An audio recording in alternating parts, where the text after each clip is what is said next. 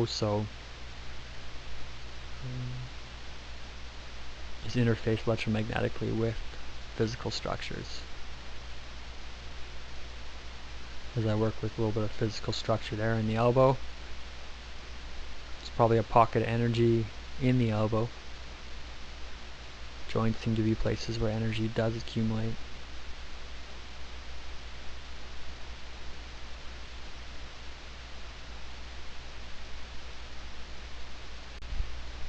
Again, I'm harmonizing and balancing here.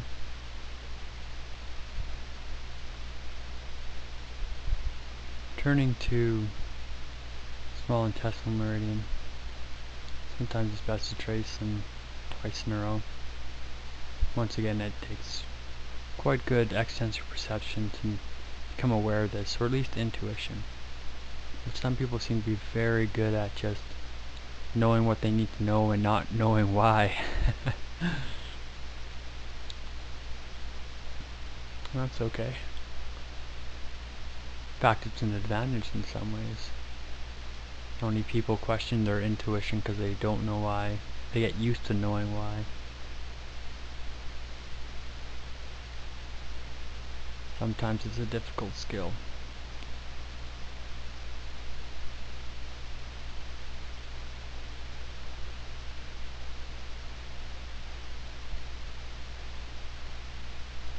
Moving into that gallbladder meridian.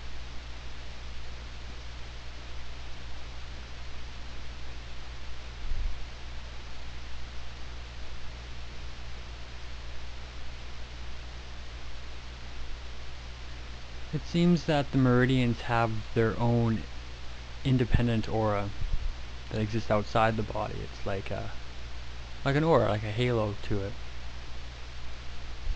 And that can be cleared as well. I think I was actually working with that there, probably unconsciously. Like, I wasn't aware that I was working with it. My movement suggested that. Moving on to the liver meridian. It's good to keep this thing clean and healthy. Definitely lower stress levels.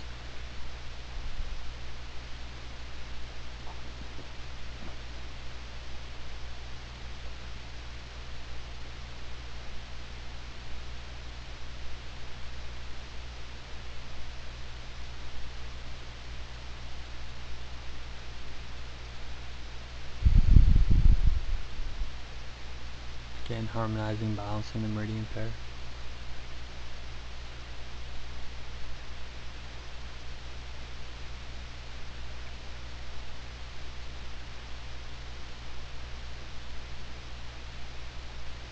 You can tell it's been a strenuous treatment for myself just by looking at my hair.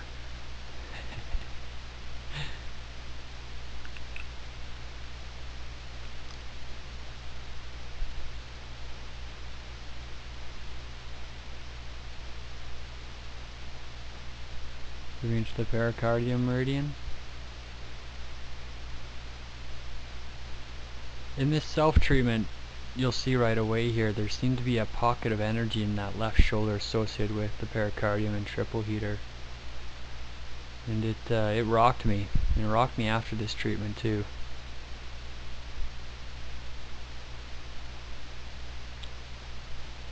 It was definitely one of those pockets of energy that was so large that it had affected me physically with tight muscles in the shoulders, but also very much in the aura. I remember becoming aware of, it's almost like it's under my arm, the pocket, like in the armpit area. And it was like a purple energy, and it's, at one time when it broke open a little bit, its radius extended beyond the top of my head, probably about close to a foot above the top of my head, and made like almost like an egg shape or an oval, three-dimensional oval.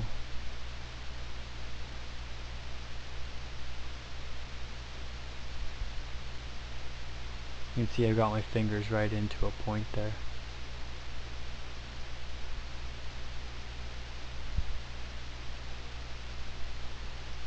Deep exhalation, a good sign that energy or tension is being released.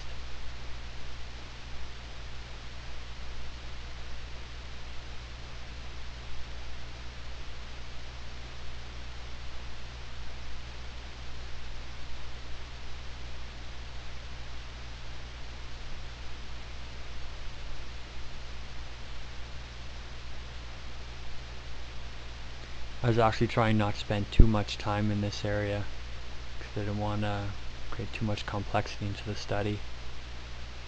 But it was definitely time to get it to move. Probably what I call spiritual energy memory patterns in the room. What other people just call energy patterns that developed from Dr. Kralke's practicing there. Help get it moving. The fact that I'm doing this study probably help get it moving too. This is my first Shaktiyama study. Hopefully there'll be more, many more. Finally found a good feedback machine. The Meridian feedback instrument is known for reproducible results. As far as I understand it, I'm not an expert in that, but Dr. Kralke did a lot of research on the feedback machines and found this one to be the most reliable for reproducible readings, which is very, very important. The fact that these other ones are not producing reproducible readings brings in a lot of question and a lot of demand on the user's intuition to be able to identify when the machine is inaccurate. Or maybe you just have to do repeated readings, which is very inconvenient, but it's nice to have something that's so simple. Simple is better in many ways, especially when complex things aren't working so well.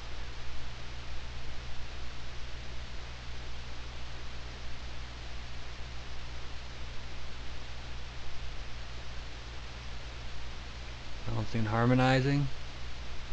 Good thing to do after single meridian, well, the two meridians there. Single set of meridians has had some serious changes occur in it.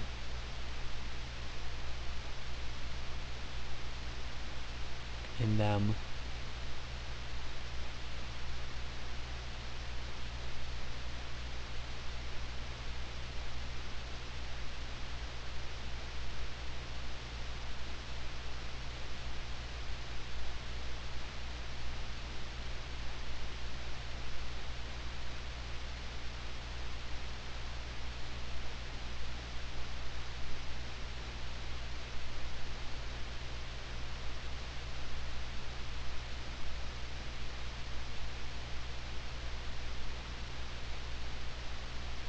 Seemed pretty smooth. I guess that pocket resonated more with the pericardium meridian.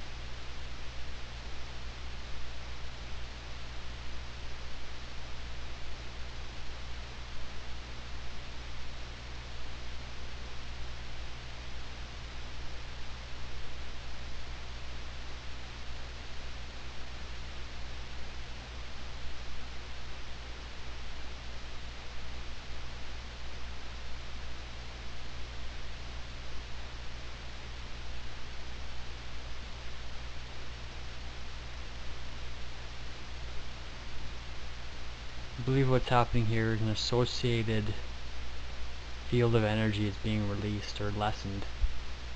It's indirectly related to the triple warmer. It seems to be more coming off of the back or the upper left shoulder.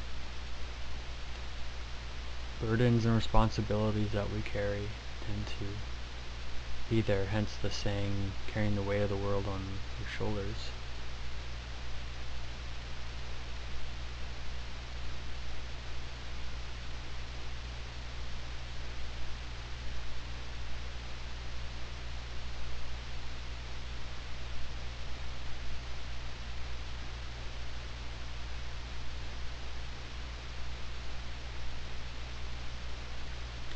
At the end of this self-treatment video, there is images of the original readings from the Meridian instrument, the before and after readings.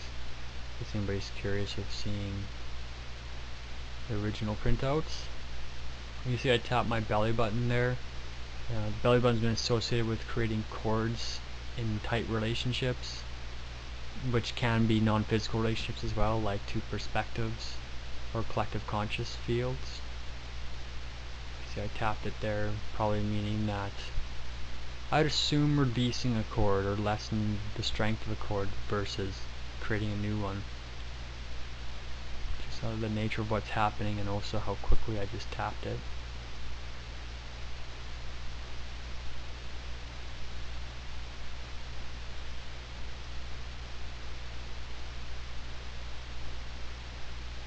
Okay, I'm balancing and harmonizing those two major functioning meridians.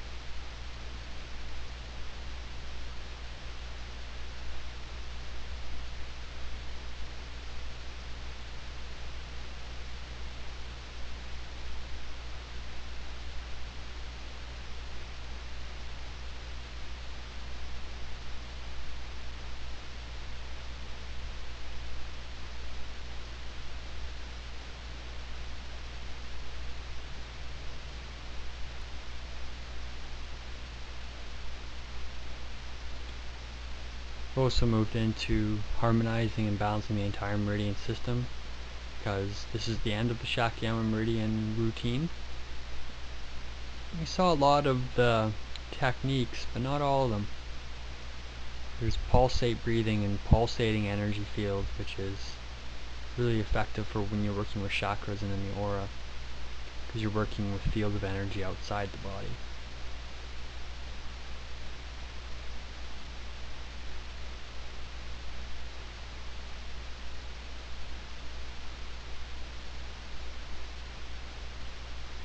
Now I'm just kind of building energy to help fuel the changes that have occurred. A general ending.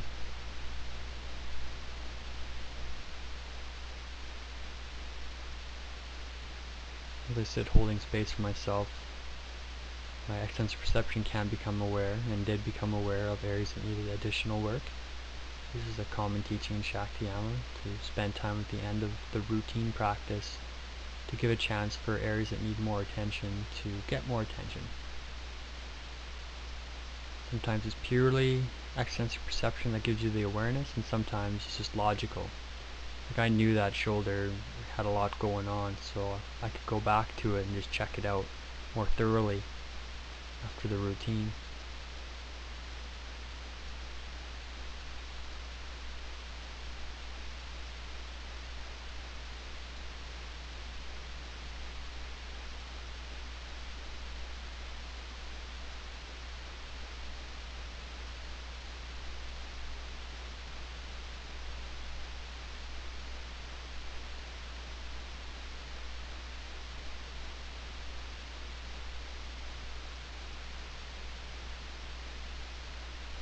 Looks like I got a good trigger point there.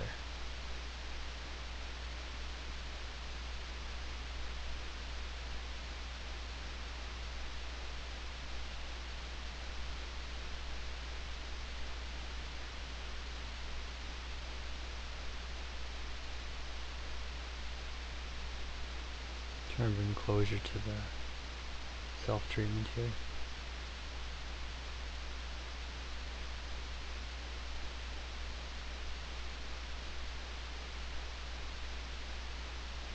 So that was about 30 minutes.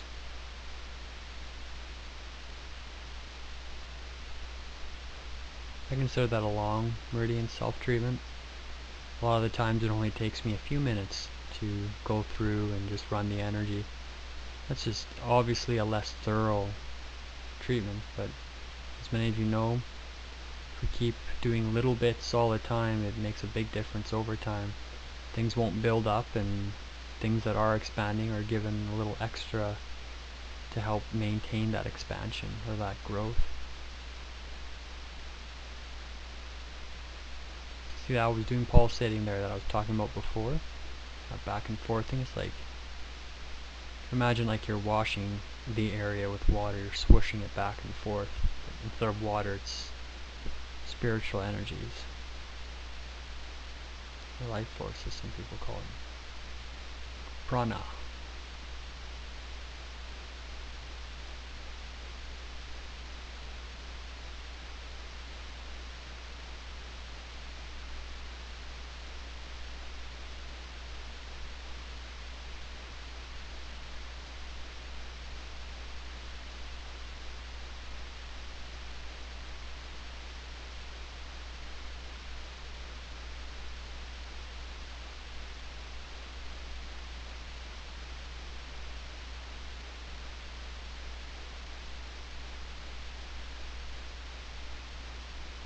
I'll just point out here how important it is to have the physical body as healthy as possible. The stretching, the diet, it's all interconnected. I really like stretching. It really helps with the movement of energy. Practicing Shaktiyama after a yoga class is phenomenal. Combining the two, Shaktiyama yoga as I call it, is amazing. It really speeds things up to the point you almost have to hold back on how much Shaktiyama you include, because it's so fast that it's almost uncomfortable, a little tiring. As you develop the abilities like connecting to the earth and maintaining harmony and balance, you can handle a lot more. I've definitely come a long ways in that, from practicing and feeling real tired afterwards to feeling exhilarated afterwards. It just looks like I'm finishing up here, tracing the vessels again and just holding space.